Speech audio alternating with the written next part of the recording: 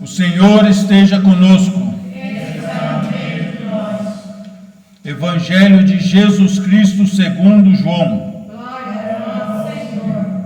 Naquele tempo disse Jesus a Nicodemos: do mesmo modo como Moisés levantou a serpente no deserto, assim é necessário que o Filho do Homem seja levantado, para que todos os que nele crerem tenham a vida eterna.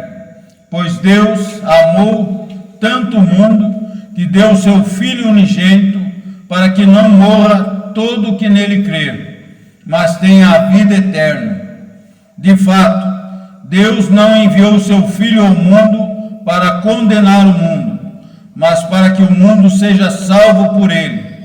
Quem nele crê não é condenado, mas quem não crê já está condenado, porque não acreditou no nome do Filho unigênito.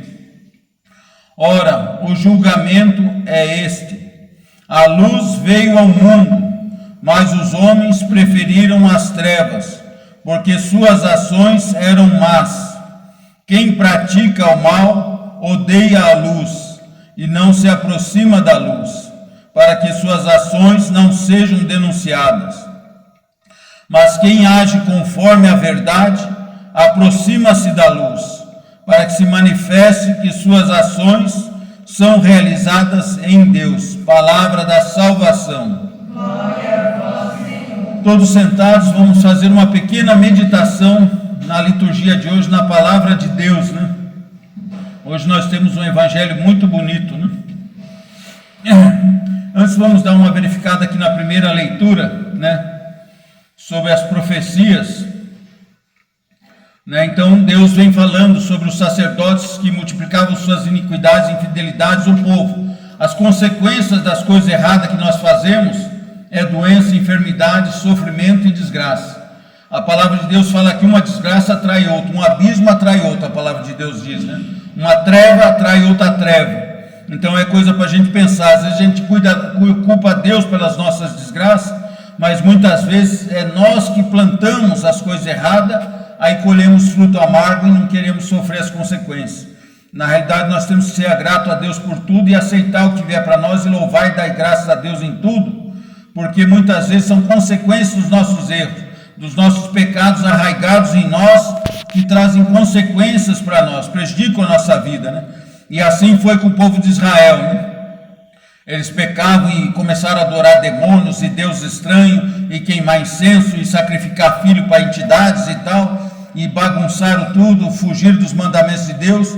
Aí veio a desgraceira, aí veio o rei Nabucodonosor e arrastou, invadiu Jerusalém, a Babilônia, e tomou Jerusalém, Israel, e acabou com tudo, destruiu o templo e detonou eles tudinho, né?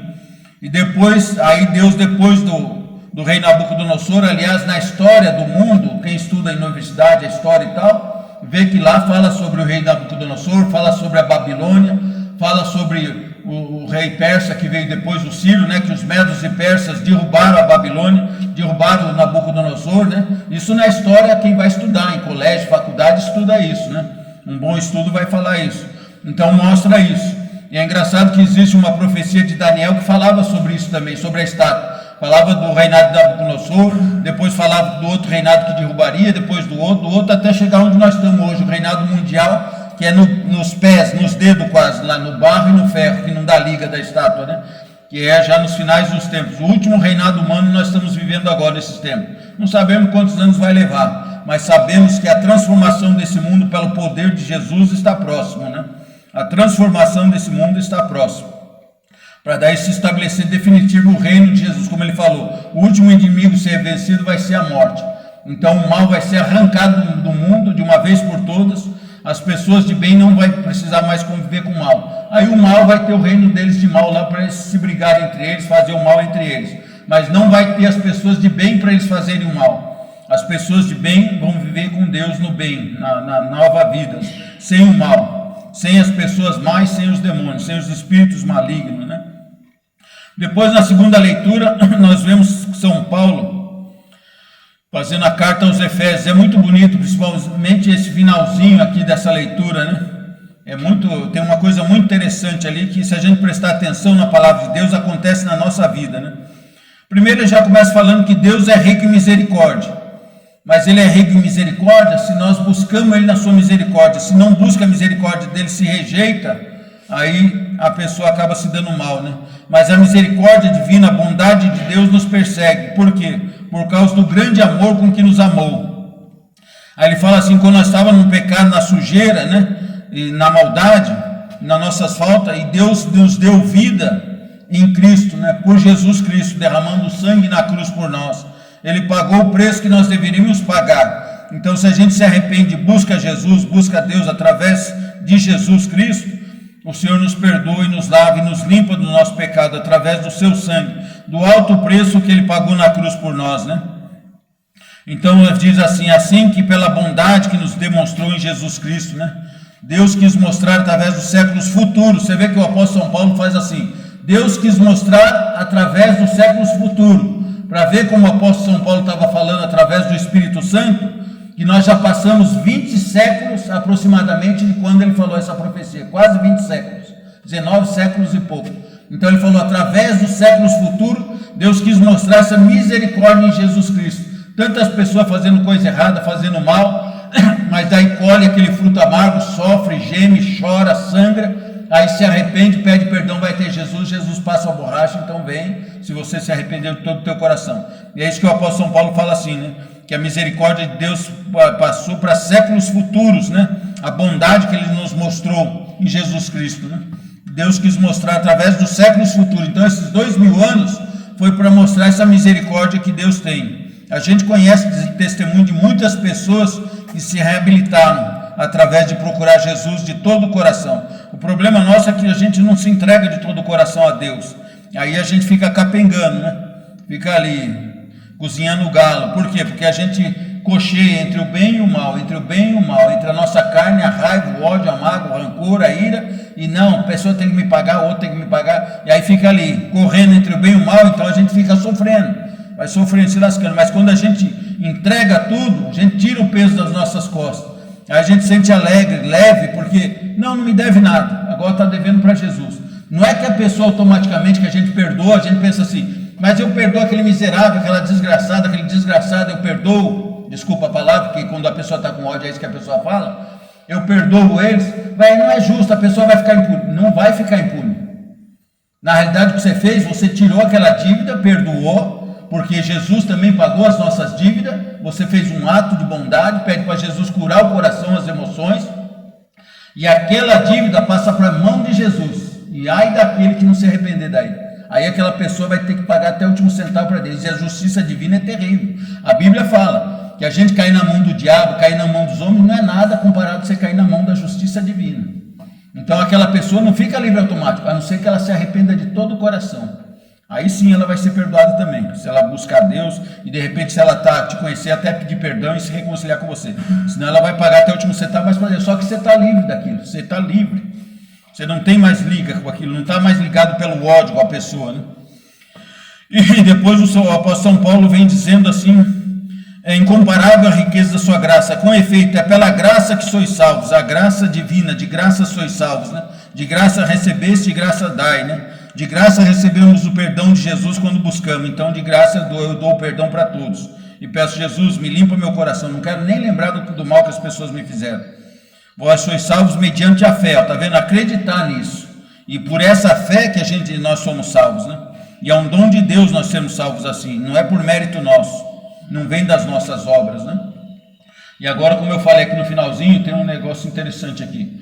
Pois é Ele quem nos fez, né? Deus, né? Nós fomos criados, recriados em Jesus Cristo para as obras boas. Que Deus, recriados para as obras boas, que Deus preparou antes, de antemão, para que nós a praticássemos.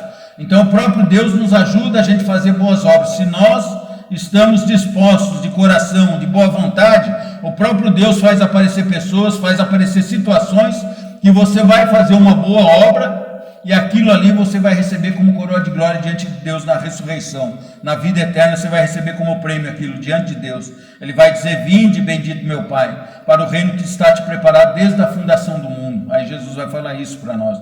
A gente quer ouvir isso de Jesus ou quer ouvir dizer, ele falar assim: afastai-vos de mim, maldito, para o fogo eterno, que está reservado para o diabo e seus anjos, né?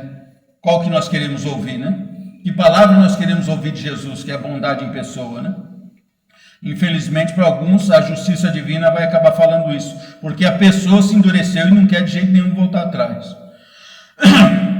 E por fim, Jesus falando, né? Jesus disse a Nicodemos, né? Nicodemos foi aquele homem, aquele mestre da lei, aquele, né, homem importante da igreja e tudo, dos judeus, que foi encontrar com Jesus à noite. É bonito aqui, porque ele foi encontrar com Jesus à noite e o Senhor Jesus trouxe a luz para ele. Olha que bonito. Ele se encontrou com Jesus à noite e Jesus trouxe a luz para ele, né? Que depois o Senhor Jesus no finalzinho aqui vai falar da luz nesse trecho, né? E Jesus está falando, você vê o Senhor Jesus já profetizando, falando a respeito dele, ó. Do mesmo modo como Moisés levantou a serpente do deserto, assim é necessário que o Filho do Homem seja levantado. Levantado onde? Na cruz. Quando eles estavam atravessando o Egito, lá perto do Monte Sinai, no deserto, eles começaram a ser picados por serpentes, né? E aí começou a morrer muita gente. Aí Deus clamou para Deus, Moisés clamou a Deus, falou: Senhor, está morrendo muita gente, por favor, livra-me dessa praga das serpentes e tal. Aí Deus falou para Moisés: ó, pega assim o bronze tal, faz uma imagem, né, com a serpente, né, de metal, e você vai levantar essa serpente. Quando a pessoa for pecada da serpente, ela corre para essa imagem dessa serpente e ela vai ser curada, né? E a pessoa era curada, tá vendo? Às vezes os evangélicos entendem errado a questão das imagens, acho que nós estamos ali adorando aquela imagem, não é isso? E essa imagem era uma representação de Jesus, é uma coisa incrível Deus fazer isso, né? Então o Senhor Jesus foi levantado, quem olhar para a cruz é liberto dos seus pecados. Olhar por quê? Mostrar atenção, acreditar, aceitar, olhar para a cruz, olhar para Jesus pendurado, e vai ser curado do seu mal, do veneno da serpente. E qual que é a serpente? De Satanás, dos pecados, dos erros. Então a gente é curado do nosso mal. O Senhor Jesus falando isso, dele mesmo, né? Então é necessário que o Filho do Homem seja levantado para que todos, é necessário o quê? Justiça, para que todos os que nele crerem tenham a vida eterna. E aí fala que Deus amou o mundo de tal forma que deu o seu Filho unigênito. Por que unigênito? Filho legítimo, único e primogênito, primeiro e único. Depois nós fomos transformados em filhos adotivos de Deus. Nós somos filhos adotivos de Deus. Não somos filhos de sangue dele. Nós somos filhos adotados no sangue de Jesus. Nós somos filhos com transfusão de sangue, né? Mas Jesus é o Filho unigênito, para que não morra quem? Todos aqueles que nele crê. E quem está falando isso é o Senhor Jesus. Se eu creio nele, eu até acreditar nisso que ele está falando. E ele diz assim: mas que não morra, mas que tenha a vida eterna. Vai ter a vida eterna. E depois ele fala: de fato, Deus não enviou o seu Filho ao mundo para condenar, mas para que o mundo seja salvo por ele, né? Quem nele crê não é condenado, mas quem não crê já está condenado, porque não aceita, né? Não aceita, não acredita, não aceita. E aí aqui a parte bonita que ele vem falando, o julgamento é esse: a luz veio ao mundo. Quem é a luz? É o Senhor Jesus, é a luz de Deus. E até o cientista hoje em dia vê que na luz, a luz pode se transformar como matéria ou como energia. O poder da luz, e ele fala dessa luz física, mas a luz de Deus é bem acima dessa, né? Muito acima dessa, né? Jesus é a luz que veio ao mundo para iluminar nossas mentes, nossas consciências, nossas almas, né? Mas daí a pessoa que não quer aceitar, o que ela faz? Ela foge dessa luz, ela foge de Jesus porque ela não quer aceitar. A gente sabe disso. A pessoa que é mal, que ela está fazendo um monte de erro, ela foge, ela não quer deixar. Quando você começa a levantar uma capivara da vida da pessoa, ela pula fora, porque é sujeira, está escuridão. E ela devia ficar, arrepender, chorar, gemer, pedir perdão e ser limpa, né, com a luz. Mas tem muitos que fogem da luz. Então o que acontece? Vai continuar na escuridão. Quando morrer, Deus vai falar: então afasta-te. Ali haverá para as trevas exteriores, e ali haverá choro e ranger de dente. É nós que temos que escolher enquanto estamos vivos. A alma, quando sai do corpo, se desprende e vai para o outro lado. Ela queria ter mais 5 minutos para voltar aqui e fazer mais coisa para Deus. Ela quer voltar, mas agora é tarde. O julgamento foi feito, saiu do corpo, já era. O julgamento foi feito.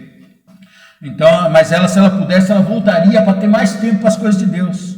Mais tempo para fazer boas obras, mais tempo para adorar a Deus, para fazer coisas por Jesus, para as coisas de Deus, para o Evangelho de Jesus. Ela queria, ela insiste, mas é tarde, agora é tarde, agora é tarde. Pensou a gente ouvir essa palavra de Jesus? Agora é tarde. O julgamento foi feito. Então o julgamento é esse: a luz veio ao mundo, mas os homens preferiam as trevas que a luz, porque suas ações eram más. Quem pratica o mal odeia a luz. É verdade. As pessoas que praticam o mal têm raiva quando a pessoa é muito certa. Eles ficam debochando, zombando. É certinho, é isso, aquilo. Não, enfia o pé na jaca, faz isso, vamos fazer aquilo. Não, senhor, faz você. Eu estou aqui, faz o que você quiser, mas me deixa em paz. No tempo, quando eu era novo, eu fui morar com 2 colegas meus, até pessoas boas de coração e tudo, mas eram viciados e tudo, né? E eles me viam como se eu fosse um ET, um estranho, né? Eles não se sentem bem perto da gente, né? Quem pratica o mal odeia a luz. Então eles viam, eles se afastavam e falavam: não, Jonas, ele é careta, deixa ele de lado. Odeia a luz e não se aproxima da luz para que suas ações más não sejam denunciadas. Amém? Louvado seja nosso Senhor Jesus Cristo.